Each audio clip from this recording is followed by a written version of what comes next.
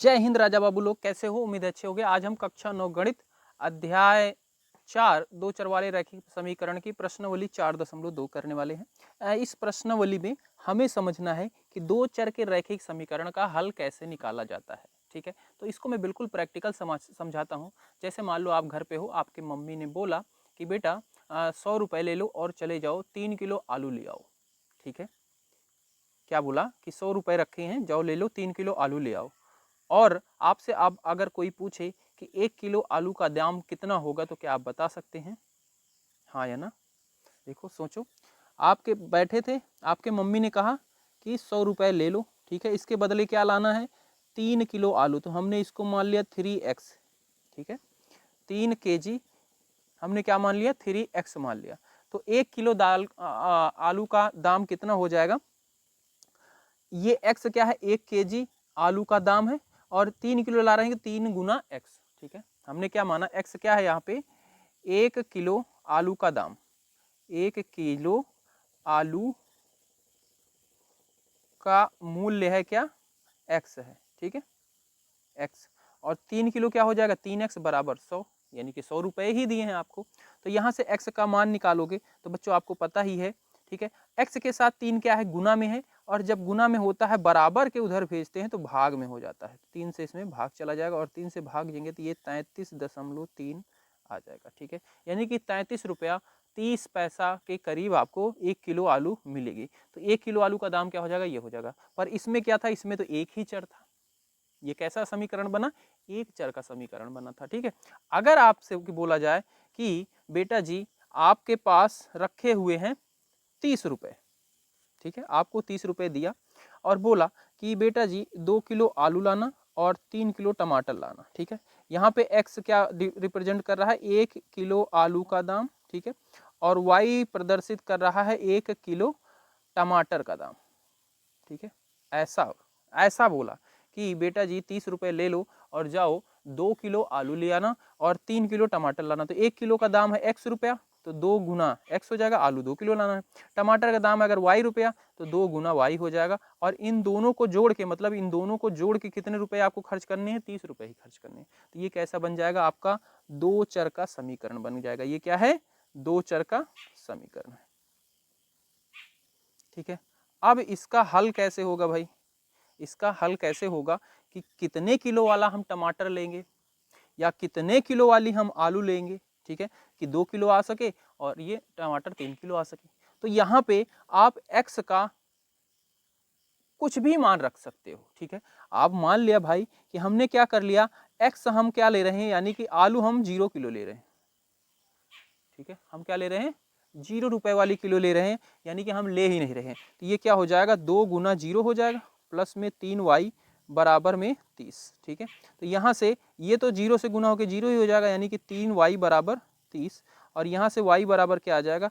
30/3। 3 इधर गुना में था y में, उधर जाके भाग हो जाएगा, यानी कि 10 रुपये का सिर्फ हमने टमाटर लिया। तो हमने क्या किया? x का मान 0 रखा और y का मान हमें 10 मिला, यानी कि हमने आलू क्या लिया? 0 रुपये किलो वाली लिया, यानी कि हमने लिया ही नहीं। 0 रुपये कोई आलू थोड़ी होगी भाई, तो हमने लिया ही नहीं। सिर्फ हमने क्या लिया? टमाटर लिया। 10 रुपये किलो वाला लिया, 3 किलो हमें मिल गया, हम लेके आ गए और 30 रुपये हमारे खर्च भी हो गए। अब यहाँ पे x का मान और भी कुछ आप रख सकते हो। यहाँ पे आप x का मान मान लो आपने ले लिया, आलू ले लिया 5 रुपये किलो वाली। ठीक है, x का मान 5 ले लिया। अब इस समीकरण में x की जगह 5 रखो, तो 2 गुना 5 प्लस 3y बराबर में 30। ये 5 और 2 का गुना करेंगे 10 हो जाएगा। 10 प्लस 3y बराबर में 30। ठीक है, इस 10 को अब उधर भेजोगे। ये 10 क्या है? 3y के साथ जुड़ा हुआ है, तो उधर जाके क्या हो जाएगा? इसके साथ माइनस हो जाएगा। ठीक है, इधर क्या बचा? 3y बचा है। 30 में से 10 गया, 20 बचा। इधर क्या बचा है? 3 क्या है? y के साथ गुना में है, तो y को हमको y का मान निकालना ही है। मतलब आलू का दाम हमने माना 5 रुपया, तो टमाटर का दाम यहाँ से y का मान निकालना ही है। 3 उधर जाके भाग हो जाएगा, और 3 सते 21, 3 18 और फिर 20, 3 6 18, और ये 6 रुपये 60 पैसे के करीब आएगा। ठीक है, y का मान 6.6 के करीब आएगा। यानी कि हमने इसमें क्या किया? x का मान अगर हमने 5 लिया, यानी कि 5 रुपये किलो की आलू लिया, तो 6.6 यानी कि 6 रुपये 60 पैसे किलो वाली हमें टमाटर लेने पड़ेगा, तभी 3 किलो वो भी आ पाएगा और 2 किलो हमें आलू भी मिल पाएगी और 30 रुपये ही हमारे खर्च होंगे। तो इस तरीके से एक्स के आप जितने भी मान रखते जाओ, यहाँ पे आप कुछ भी रखो, एक्स की जगह पे 1 रखो, 2 रखो, 3 रखो, 4 रखो, 5 रखो, कितने भी रखो वाई के मान आते जाएंगे। यानी कि आपको यहाँ पे आपने लिया था 5, तो हमें वाई का मान मिला 6.6। तो हम एक्स का कुछ भी मान लेंगे बेटा जी, तो हमें वाई का दाम मिलता चला जाएगा। इसका मतलब है इसके क्या होते हैं, दो चर के रैखिक समीकरण के अपरिमित रूप से अनेक हल होते हैं। इस बात को नोट कर लेना, अपरिमित रूप से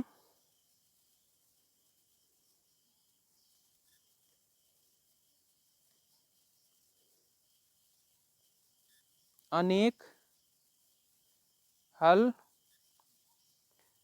होते हैं। ठीक है, अपरिमित रूप से अनेक हल होते हैं किसके, दो चर वाले रैखिक समीकरण के।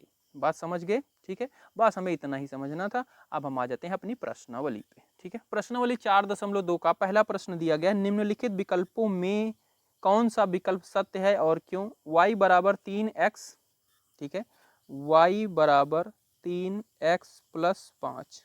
इसमें दिया गया पहला ऑप्शन दिया गया है एक अद्वितीय हल है, केवल 2 हल है, अपरिमित रूप से अनेक हल है।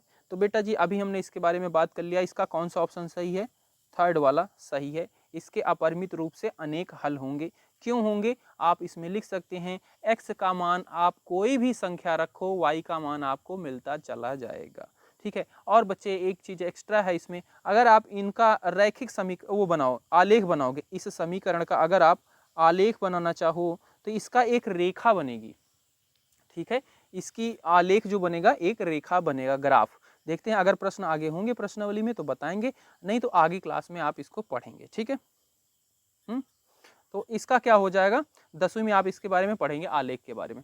तो इसका एक रेखा बनता है आलेख। अगर हम इसका x अक्ष और y अक्ष बनाएंगे और इनके जो बिंदु मिले हैं, एक बिंदु ये मिला है, एक बिंदु ये मिला है। अभी हमने निर्देशांक ज्यामिति में पढ़ा कि क्या होते हैं बिंदु, ये प्रदर्शित क्या करता है, निर्देशांक प्रदर्शित कर रहा है। इन बिंदुओं को रखेंगे कहीं ना कहीं ये होंगे, इन दोनों को मिलाएंगे तो एक रेखा बनेगी और रेखा क्या करेगी, इस द्विघात समीकरण को, सॉरी, ये दो चर वाले रैखिक समीकरण को प्रदर्शित करेगी। ठीक है, और इस रेखा का हर एक बिंदु, हर एक इसका निर्देशांक क्या होगा, इसका हल होगा। ठीक है, तो यहाँ पे इसमें लिखोगे अपरिमित रूप से अनेक हल हैं,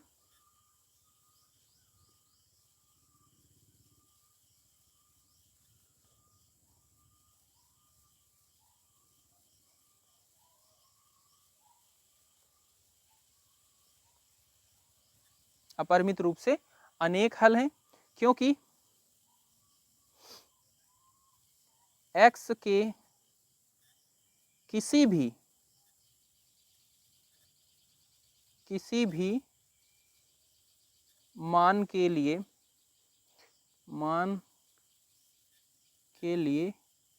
y का मान है।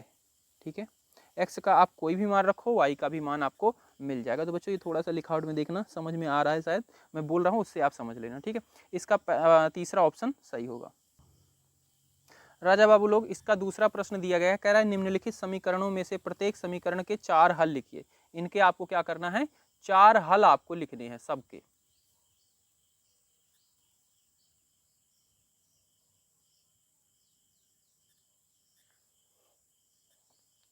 राजा बाबू लोग, दूसरा प्रश्न दिया गया है, कह रहा है निम्नलिखित समीकरणों में से प्रत्येक समीकरण के 4 हल लिखिए। इनके आपको 4 हल लिखने हैं। तो कैसे करोगे, सबसे पहला प्रश्न दिया गया है 2x प्लस वाई बराबर 7। ठीक है, तो हम इसके 4 हल लिखना है, यानी कि हम x के इसमें मान रखते जाएंगे कुछ। तो इसमें सबसे पहले x बराबर हम 0 रखेंगे, तो यहाँ पे लिखेंगे x बराबर 0 रखने पर ये क्या बन जाएगा, 2 इंटू 0, 2 का गुना x की जगह पे 0 रख दिया, प्लस y बराबर 7। अब 2 का 0 के साथ गुना होकर 0 ही हो जाएगा, यानी कि इधर बचेगा y बराबर 7 आ जाएगा। यानी कि y बराबर हमें 7 मिल गया। तो इसका पहला पॉइंट या पहला जो हल है इसका क्या हो जाएगा, 0 और 7, कि x का मान 0 और y का मान 0 और 7 इसमें रखो, तो ये क्या हो जाएगा, 7 के बराबर हो जाएगा, इसको संतुष्ट करेगा। ठीक है, इसको संतुष्ट करेगा। आप इसमें x जो हल होगा ना, इसमें अगर रखोगे x की जगह पे, y की जगह पे रखोगे और सॉल्व करोगे, तो बराबर के इधर जो है और बराबर के इधर जो है, दोनों क्या होंगे, बराबर आएंगे। अब यहाँ पे रख के देख सकते हो, 2 की जगह पे 0 रख दिया, y की जगह पे 7 रख दिया, यानी कि 7 बराबर 7 हो गया। अच्छा, इसी तरीके से आपको 4 हल निकालने हैं। तो x बराबर एक तो हमने 0 रख दिया, एक हम रख लेते हैं 1, ठीक है। 1 रखने पर, 1 रखेंगे तो 2 गुना 1 प्लस वाई बराबर में 7 हो जाएगा, ठीक है। 2 प्लस वाई बराबर में 7, ठीक है। अब इस 2 को उधर भेजेंगे तो ये क्या है, y के साथ जुड़ा हुआ, उधर जाके क्या हो जाएगा, माइनस हो जाएगा, यानी कि 7 में से 2 माइनस हो जाएगा, इधर y बचा है, 7 में से 2 माइनस हो जाएगा यानी कि y। तो हमें क्या मिला, हमने x की जगह पे 1 लिया था, y की जगह पे हमें 5 मिला। ये इसका दूसरा हल हो जाएगा। इसी तरीके से x बराबर 3, 3 क्या 2 रख लेते हैं पहले, पहले 2 रख लेते हैं। 2 रखने पर, एक 2 रखेंगे तो 2 गुना 2 प्लस वाई बराबर में 7, 2 दूनी 4 प्लस वाई बराबर में 7।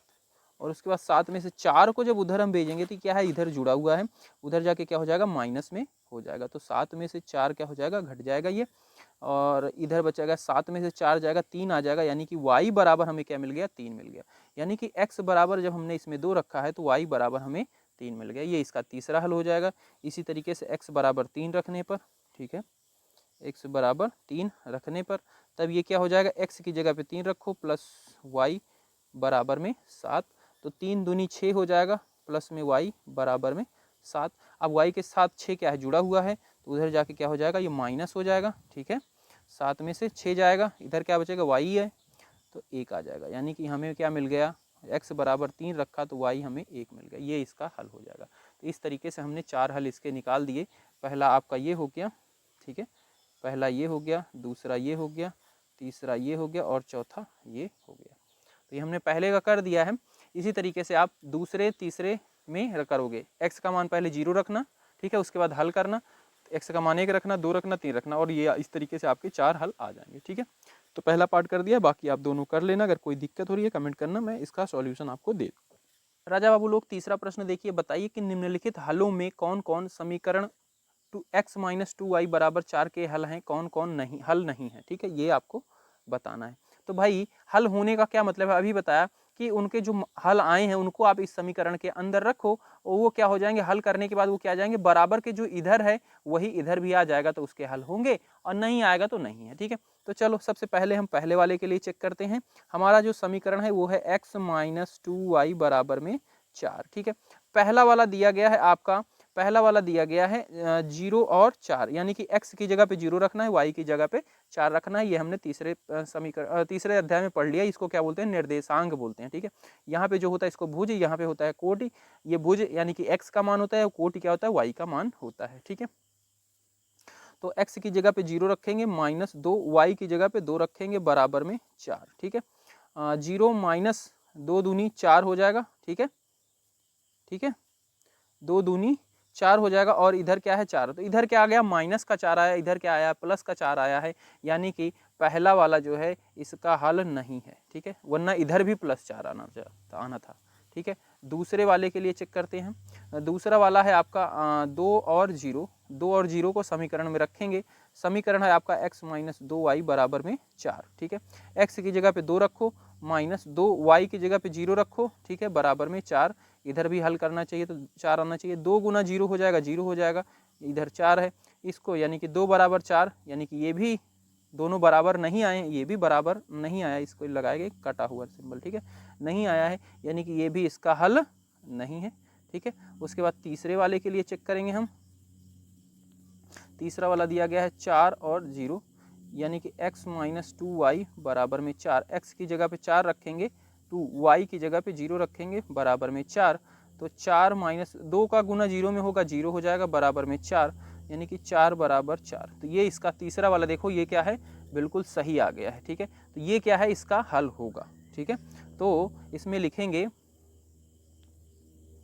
4,0 दिए गए समीकरण का हल है, बस इतना लिख देंगे और आपका ये वाला प्रश्न हो जाएगा समाप्त, ठीक है। अच्छा, कौन कौन है सबको चेक करना है, तो एक तो आपका ये हो गया, इस वाले को भी चेक कर लेते हैं भाई, हाँ, वरना ये होता कि एक ही है तो फिर तो हमारा यहीं पे हो जाता, ठीक है। चौथा वाला भी दिया गया है, इसको भी चेक कर लेते हैं। ये है √2 माइनस 4 √2, इसमें भी हम रख देते हैं भाई x माइनस 2y बराबर 4, x की जगह पे वर्गमूल 2 माइनस 2 गुना y की जगह पे 4 वर्गमूल 2, ठीक है, बराबर में 4। तो इधर हो जाएगा वर्गमूल 2, इधर वर्गमूल वर्गमूल का गुना हो जाएगा, सॉरी 2 गुना 4, अंदर क्या हो जाएगा गुना हो जाएगा, तो 4 दूना 8 हो जाएगा, ठीक है, 8 हो जाएगा, 8 वर्गमूल 2 आ जाएगा बराबर में 4। अब क्या होगा, वर्गमूल से वर्गमूल को माइनस करना, ये क्या है प्लस है, इसके आगे सिंबल प्लस है, प्लस माइनस माइनस होता है, बड़े नंबर का सिंबल लगता है, बड़ा यहाँ पे 8 है तो यानी कि माइनस का सिंबल लगेगा। और ये क्या आ जाएगा, 8 रूट 2 में से रूट 2 घटाएंगे तो क्या आ जाएगा 7 रूट 2 आ जाएगा, और ये 4, ये भी बराबर इसके नहीं है तो ये भी इसका हल नहीं होगा, ठीक है। इसके बाद पांचवा दिया गया है, पांचवा को भी मैं चेक कर देता हूँ, 1 और 1 दिया गया है, ठीक है, 1 और 1 दिया गया है, ये x माइनस 2y बराबर 4, x माइनस 2y बराबर 4, x की जगह पे 1, y की जगह पे 1 बराबर में 4, 1 माइनस ये हो जाएगा 2 एकम 2, ठीक है, यानी कि माइनस 1 बराबर 4, ये आएगा ही नहीं तो ये भी इसका हल नहीं है। तो इस तरीके से सिर्फ यही एक इसका हल होगा, ठीक है, 4,0 दिए गए समीकरण का हल है। आपका तीसरा प्रश्न भी समाप्त हुआ। राजा बाबू लोग चौथा प्रश्न दिया गया है, कह रहा है के का मान ज्ञात कीजिए जबकि 2x बराबर 2 और y बराबर 1 समीकरण 2x प्लस 3y बराबर के का हल है, ठीक है।